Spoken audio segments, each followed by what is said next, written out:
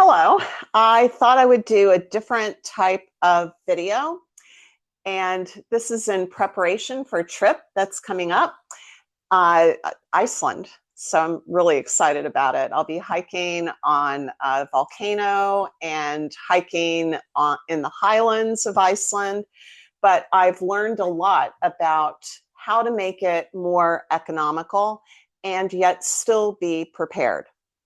So if you go to Iceland Air and book a ticket that just allows a single carry-on, it reduces your rate a lot. But it means that you're going to have to pack lightly. And I'll just be there 4 days, so I knew that I could do that. But I still needed a lot of supplies in order to do the trip correctly. And the first thing is to have an appropriate personal item size because it's limited as well. So you can't just carry a computer bag as your personal item or a huge purse as your personal item. So the personal item that you're allowed to bring has to fit underneath the seat, but they're very strict about the measurements. So the measurements have to be 15 by 7 by 11 by 8 or 11.8 by 5.9. So that's not very big. So I found this great bag. And it's also water resistant. So if I encounter a lot of rain, I don't have to worry about the contents inside. And I can carry it with me when I'm exploring Reykjavik. And it's also great because it comes with a little area for a water bottle. So you can carry your water bottle in your bag and it'll still zip up. And in this, I'll have my medications, I'll have my GoPro, I'll have all my chargers, and anything else that I can fit in here, maybe like a cardigan or something like that in case the plane is cold. But it's a super good investment because I'll be able to use this every time I travel. And now that I've started my bucket list traveling, this will come in handy a lot. I wish I had it when I had gone to Greece. Now, another thing that I had to get were waterproof hiking boots. Now, I have a number of hiking boots. I have hiking boots for arid climates that have like a gentle grade and don't require a lot of traction. I have mountain boots that are not waterproof. I have other mountain boots that are simply water resistant. And I learned the hard way, that does not mean waterproof. Stepped in a creek, feet were soggy the rest of the hike. So I picked up some great waterproof boots that are come up near my ankles to give my ankles really good support. And with it, I will be wearing compression socks. That's going to help not just with the plane ride, but also with all of the activities that I'll be engaging in. So truly, as soon as I get to the hotel and check in, I'll be heading out on a hike. And so it's going to be move, move, move, move, move. So these were required. The compression socks were required. And also with the rain forecast for the month of September, I had to also get a waterproof backpack to keep my gear in.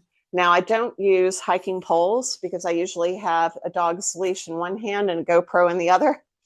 So I never use hiking poles, but this is great because it does have a cinch to hold them if and when I finally do get hiking poles. But it's the perfect size. I can put a bottle of water in there, and I'm trying to figure out if it has a place to put the water bottle. That'll be an issue because it does not have a holder on the outside of the pack. The pack that I usually use does, so it makes it really convenient to just pull it out and take a drink. So I'll have to figure something out about that. But it does guarantee that it is waterproof, but it also does not have, I've got the whole thing upside down. It does have water bottle holder. It helps if you hold it right side up. And so with this not being too bulky, then I can fit a couple of things that I need for the hikes, like the water bottles, my GoPro, and waterproof hiking pants and a rain jacket. Now, all of the waterproof items, I made sure to get PFAS free. Those are those harmful chemicals that are currently in everything because they're forever chemicals, but now they are making rain gear that does not use waterproofing material made with PFAS. So I went with an eco PFAS-free rain jacket, and it's roomy enough that I can layer. The weather can be anywhere from 30 degrees to 60 degrees. So I don't want to wear any one heavy thing. So I'll have a turtleneck and a fleece, maybe a vest, and then have this in my backpack. And it is very light. So it'll pack really compact. And this will already be in my backpack when I put it inside my suitcase. And then, of course, the rain pants. And these are great because you don't have to take your boots off to put them on. They have an area down here that opens up with a zipper, and you can just put them on while you're wearing your boots. So that way you don't have to wear them for the entire hike. You can just keep them in your pack and only pull them out if you need them. And they're roomy enough too to just layer over your hiking pants you already have on. Now back to carrying only a carry-on. It has to be 21.6 inches by 15.7 inches by 7.8 inches. So it's small. This will contain my life for the 4 days. So the boots should fit nicely in there. I'll have the backpack all packed and ready to go. I'll just need to fill the water bottle that's inside it before I go on the hike, and slip my GoPro in there because I'll have that in my personal item. But with a couple of pairs of hiking pants, a couple of pairs of street pants, and the other gear, I should be able to fit everything in. If I don't, I will make another video pointing out how badly I planned. But I'm not going to pack until the day that I leave.